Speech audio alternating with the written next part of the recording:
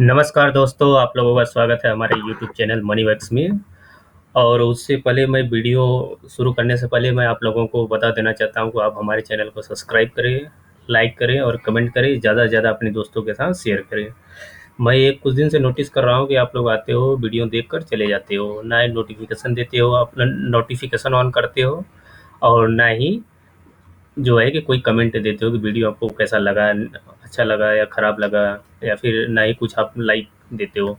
तो चलिए शुरू करते हैं। आज मैं एक ऐसी कंपनी के बारे में मैं बात करने जा रहा हूँ कि जिसे देखकर आपको लगेगा कि यही ये कंपनी है जो आने वाले समय में मल्टीबैगर बनने वाली है। ठीक है, इसके प्रोडक्ट के बारे में मैं बात करूंगा कि प्रोडक्ट कौन कौन से हैं, बिजनेस मॉडल्स क्या क्या है। ठीक है, चार्ट के बारे में मैं बात करूंगा, रेवेन्यू के बारे में मैं बात करूंगा, होल्डिंग के बारे में मैं बात करूंगा कि एफ आई आईज की होल्डिंग कितनी है, डी आईज की होल्डिंग कितनी है, प्रमोटर की होल्डिंग कितनी है, म्यूचुअल फंड की होल्डिंग इसमें कितनी है। और यह मैं और एक मैं बात बता देना चाहता हूँ कि ये कंपनी जो है कि लीडरशिप है इसकी प्रोबायोटिक एंड एंजाइम की। तो आइए देखते हैं मैं कौन सी कंपनी के बारे में आगे मैं चर्चा करने वाला हूँ। देखते हैं कि एडवांस एंजाइम टेक्नोलॉजी, कंपनी का नाम है एडवांस एंजाइम टेक्नोलॉजी, जैसा कि आप लोग नाम देख रहे हो। ठीक है, कंपनी क्या करती है कि ग्लोबल लीडरशिप है किस चीज़ की, manufacturing of the enzyme and probiotics की। कंपनी के पास ग्लोबल लीडरशिप है एंजाइम एंड प्रोबायोटिक की मैन्युफैक्चरिंग की। तो बिजनेस मॉडल इसका बहुत ही अच्छा है और मुझे लगता है कि अभी कंपनी धीरे धीरे कुछ एक महीनों से काफ़ी अच्छा रिटर्न दिया है, लगभग 10% का रिटर्न दिया है। वीकली अगर मैं देखूँ, मंथली देखूँ और वन डे का भी अगर देखूँ तो काफ़ी अच्छा इसने परफॉर्मेंस दिया है।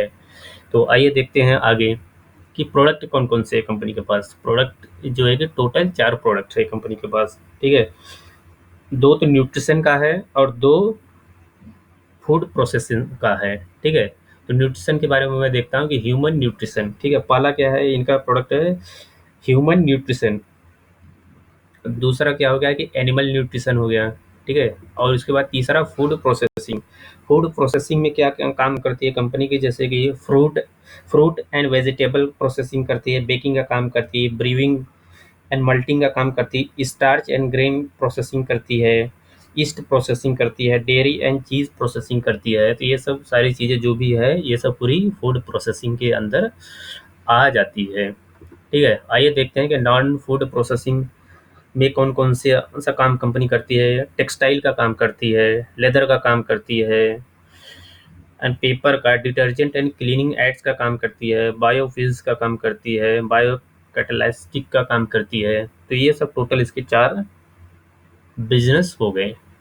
ठीक है, उसके बाद देखते हैं कि कंपनी के फंडामेंटल के बारे में मैं देखता हूँ कि कंपनी का फंडामेंटल क्या है। तो कंपनी के पूरे फंडामेंटल में मैंने ये चीज़ें एक नोटिस किया है कि कोई भी चीज़ें निगेटिव नहीं दिख रही है, सारी चीज़ें जो है कि पॉजिटिव ही दिख रही है। और जिसे अभी आप एक चीज़ मैं आपको और दिखाऊंगा, लास्ट तक आप वीडियो में बने रहिएगा, देखेंगे तो इसके प्रॉफिट ग्रोथ के बारे में ज़बरदस्त मतलब कि है यह। आइए देखते हैं कि मार्केट कैप के बारे में मैं बात कर रहा हूँ। 1751 करोड़ का इसकी मार्केट कैप है। करंट प्राइस 156 रुपये का चल रहा है। कंपनी ने हाई बनाया था 225 का पूरे साल भर में, और लो बनाया था 51 रुपये का। स्टॉक की पीई रेशो, अच्छी बात यह है कि स्टॉक की पीई रेशो 13 रुपये ही है सिर्फ। ठीक है, बाकी स्टॉक की तरह महंगा नहीं है यह, 13 रुपये का है। और कंपनी डेप्ट फ्री है टोटली। 19 करोड़ का सिर्फ लोन है, वो कोई लोन मायने नहीं रखता है। और एनएससी बीएससी पर कंपनी लिस्टेड है, ऐसा नहीं कि सिर्फ एनएससी पर ही लिस्टेड है। इंट्रेंसिक वैल्यू भी कंपनी का 61 रुपये है। और प्रोमोटर होल्डिंग देखेंगे तो 57% है। ठीक है, तो ये सब चीज़ें हो गई। और यहाँ पर देखिए प्रॉफिट की मैं बातें कर रहा था, तो year of the year and quarter of the quarter. ठीक है, कंपनी कंटिन्यू प्रॉफिट दे रही है, ऐसा नहीं कि एक साल प्रॉफिट दिया, एक साल प्रॉफिट नहीं दिया। ठीक है, इस क्वार्टर में प्रॉफिट दिया फिर पिछले 2 क्वार्टर में प्रॉफिट कंपनी नहीं दे रही, ऐसा नहीं है। कंटिन्यू लगातार कंपनी प्रॉफिट पे प्रॉफिट दिए जा रही है, क्वार्टरली भी एंड ईयरली भी जबरदस्त प्रॉफिट कंपनी दे रही है। आइए देखते हैं, मैं इसी चार्ट की मैं बात कर रहा था कि मैं वीडियो में कि मैं एक ऐसी चीज़ दिखाऊंगा जिसे आप लोग देखकर देखते हैं कि टोटल रेवेन्यू है। ठीक है, टोटल रेवेन्यू की मैं बात करूं तो फाइनेंशियल ईयर 2015 में इसका रेवेन्यू 223 था, ठीक है। इसने फाइनेंशियल ईयर 15 और 16 में 21% की ग्रोथ दिखाई है। फाइनेंशियल ईयर 16 और 17 में 16% की ग्रोथ दिखाई है, 16% का ग्रोथ दिखाई है। उसके बाद फाइनेंशियल ईयर 17-18 में 15% की ग्रोथ दिखाई है।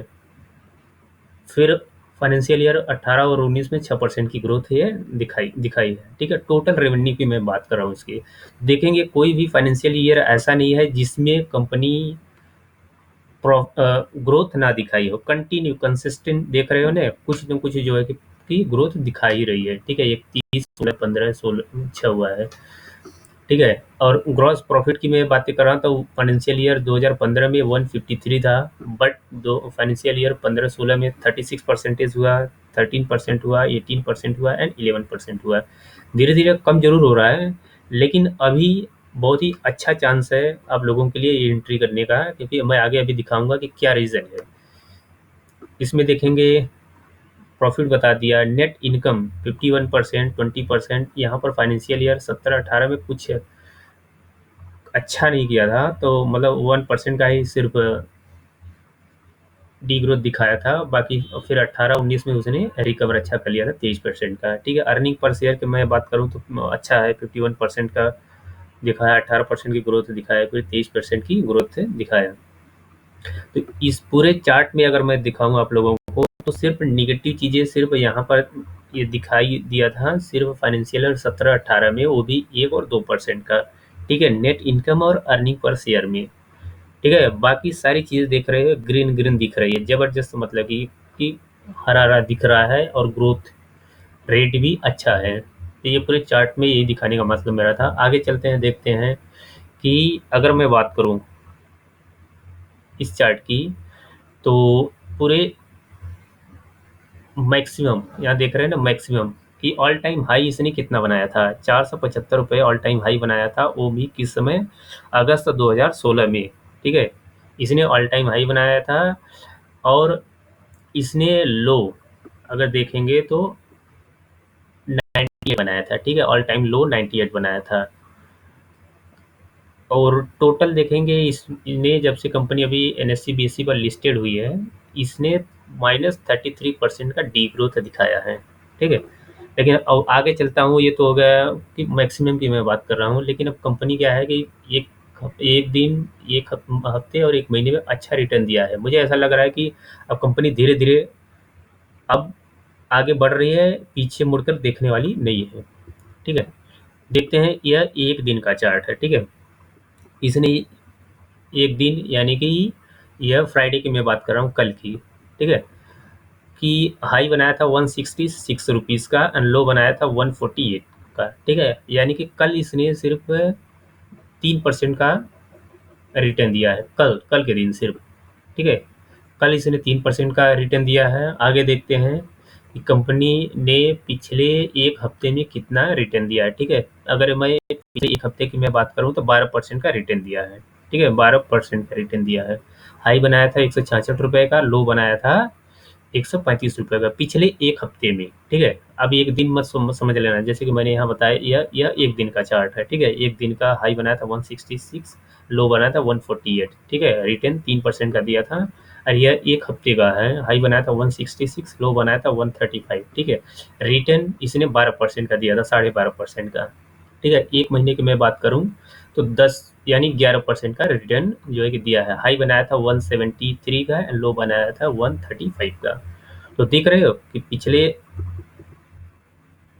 एक दिन में अच्छा रिटर्न दिया, एक हफ्ते में भी अच्छा रिटर्न दिया एंड एक महीने में भी अच्छा रिटर्न दिया। इसका मतलब ये साइन हो गया, यह हो गया कि कंपनी अब आगे बढ़ रही है, पीछे मुड़कर देखने वाली नहीं है। जैसा कि मैंने अभी पिछले चार्ट में ही दिखाया था कि ग्रोथ रेट के बारे में, कि कोई भी नेगेटिव साइन ऐसा इसमें नहीं दिख रहा है कंपनी में कि आप इसमें इन्वेस्ट ना करें, ठीक है। इसका ज़बरदस्त पोर्टफोलियो भी मैंने दिखाया कि प्रोडक्ट कौन-कौन से ह्यूमन न्यूट्रिशन का है, एनिमल न्यूट्रिशन का है और 2 फूड प्रोसेसिंग का है, ठीक है।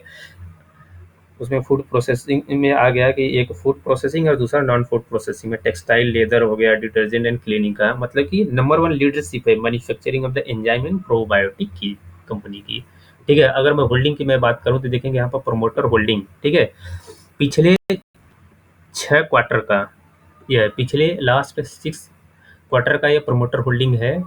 तो दिसंबर 2018 में 67% का इसका प्रमोटर होल्डिंग था, लेकिन उसके बाद इन्होंने रिड्यूस किया अपनी प्रमोटर होल्डिंग, 57% कर दी।